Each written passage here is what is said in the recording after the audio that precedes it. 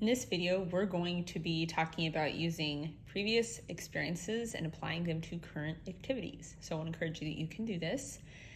We're all in this together. We all have different abilities, school, career pathways, financial situations, and you can always gain or use these values and do new tasks, increase your abilities, and acquire new skills. So the first thing is being polite, following the procedure, having a positive attitude. So this is good in any situation. So whether it's a charity, helping families of kids getting treatment, vacation Bible school, working in a cafeteria with students, having meetings or working with administration, doing training activities, and you can also have documentation, so typed, handwritten emails, etc. So whether it's instructions or events that happened. 2, honest, trustworthy, and integrity. So one way this could present is turning in coins that let's say you're cleaning and you found them on the ground. Well, taking them to the front desk, explaining what happened if a supervisor brings up a situation. And even if they don't, just being open and honest with people about what is going on, especially if you have any concerns. Number 3, caring. So this can manifest as tying someone's shoes, offering to help, picking up trash, listening. This is, it's not just referring to literal hearing, it's just being there for people. So one of the things can be cognitive. So details such as organizing, preparing resources or medications for people. Like, for example, if it's a healthcare setting, you're able to do that. Like, your training allows that. Whether it's for birthday parties or snacks and meals for people. So we can even look at the types of food and drinks or the colors on them. So this is, working on memory, right? So that's a thing that we can work on. So for example, maybe you notice that there's like yogurt or kiwis or blueberries. This is also something that could inspire us to eat healthier too, right? Now, of course, make sure you check with your doctors and stuff and see my other videos that have like precautions listed in the details. But anyway, apples, fruit juice, cheddar crackers, water, milk, pizza, peanut butter, fruit snacks. And we're looking at, too, barriers for people. So maybe for some people, if there's, some sort of wrapper or packaging, they can do that easily. But then for some other people, maybe they have some fine motor things going on or some cognitive things, or they're just like a really young child. So, considering that, like noticing these things and helping them with the packaging. And for example, so there could be different things in different settings. So maybe if it's a party that you're planning for a group of people, maybe you're getting something like cake. Or if it's a lunch that you're preparing for people, maybe it's things like, again, working on your memory, green and red grapes, peaches, pineapple, oranges, green and red apples, cherries. So, there's the categorizing, like these are all fruits, or here's a thing of vegetables like carrots. And here's like what you would prepare in this setting versus another setting. So this is also kind of like thinking about situations in new ways and considering the aspects. Okay, so the next one is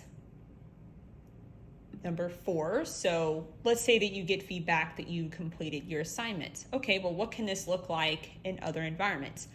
So again, picking up trash, wiping up spills, any assigned tasks that you're given, such as observing a group of people, safety, communicating information, whether it's, I know I'm speaking in English, that's my native language, or speaking in Spanish or another language that you're working on. There's verbal and nonverbal communication. So remember, nonverbal communication is things like looks, glances, facial expressions, gestures, anything that communicates that you're there with the person, you see what's going on, or you understand, or that you're there for them. So number 5, enthusiasm.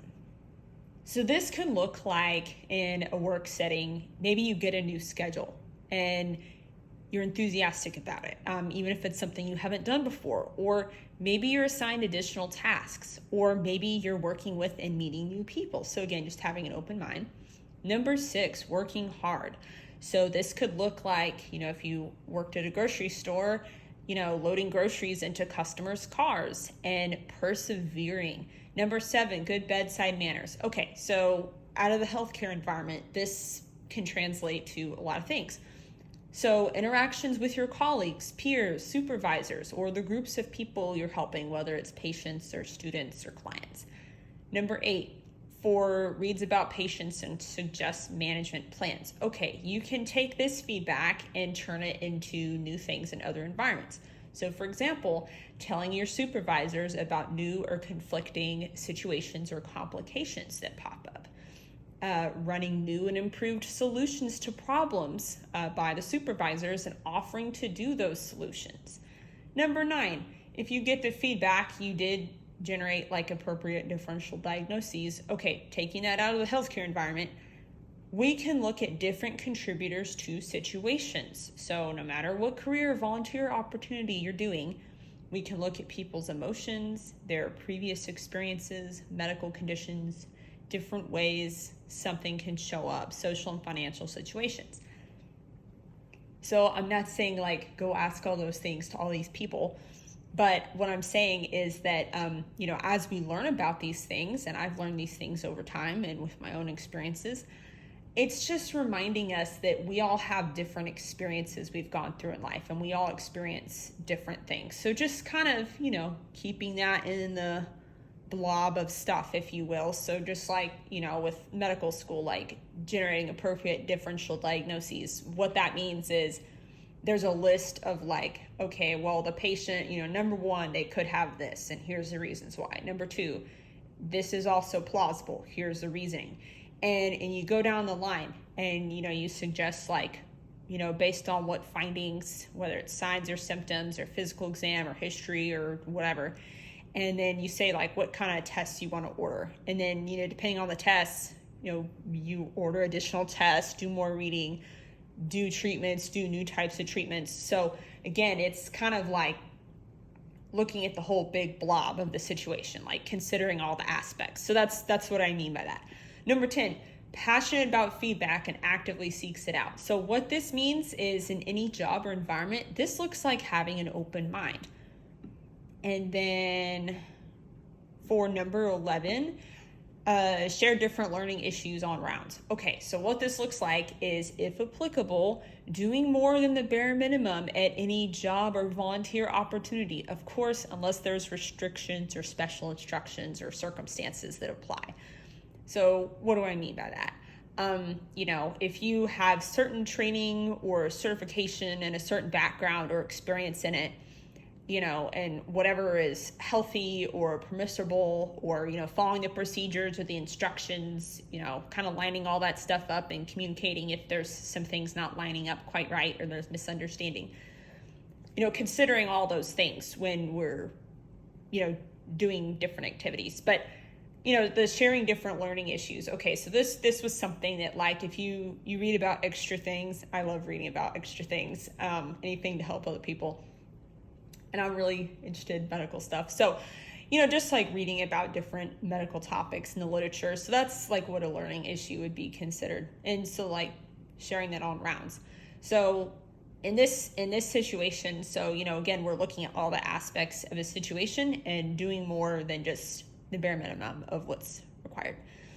Number 12, for patients, she is not providing direct care. Okay, so if you get this feedback, here's how you can apply it. So noticing and responding to the people you're helping who may not want or think to ask for help with tasks. So here's an example. If you have a group of kids that you're supervising, okay, or adolescents, and you notice kind of some of them, maybe they're not comfortable with your native language, or maybe they don't, think to ask for help because they're shy or they feel ashamed, or maybe they just like, I don't even want to try this new food, or I'm not even going to try this milk. Okay, but, going up to them and changing your approach. So maybe you know some words and phrases and can express things to them in their native language. So whether that's Spanish or something else. And offering to help them, or in some cases, if it's appropriate, opening the items for them. So whether it's their drinks or their food. Number 13, made steady progress. Okay, so this is generalized out to we can all learn, gain more confidence, and get more skills over time. And number 14, when we all keep an open mind and seek God's wisdom, we realize that He has better opportunities and pathways for your life than what anyone else can design. So this is a summary. That is all the 14 things. Again, applying previous work experience or previous situations that you've been in into new work environments or new volunteering opportunities. And if you haven't had volunteering or work opportunities yet, again, that's okay. We're all in the same boat. We all start out with zero experience or zero, opportunities we've done yet. But I promise you that the right things will be there for you at the right time. And if it barely seems like you got that or that you figured it out at the last minute, that's what God does. He helps you do that.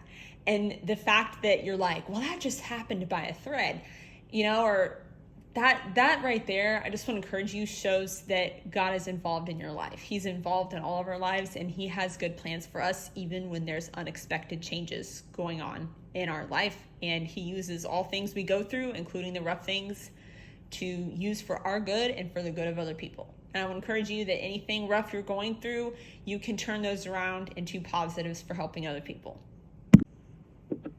I want to remind you too that no matter what abilities or medical conditions you have or circumstances you're going through with financial or social situations, no matter what educational or career pathway you've had, whether you went to college, whether you didn't, I just want to encourage you that there's so many beautiful ways you can help others, and God has great plans for your life, and you will figure out the right pathways of channeling your abilities and your values into helping other people.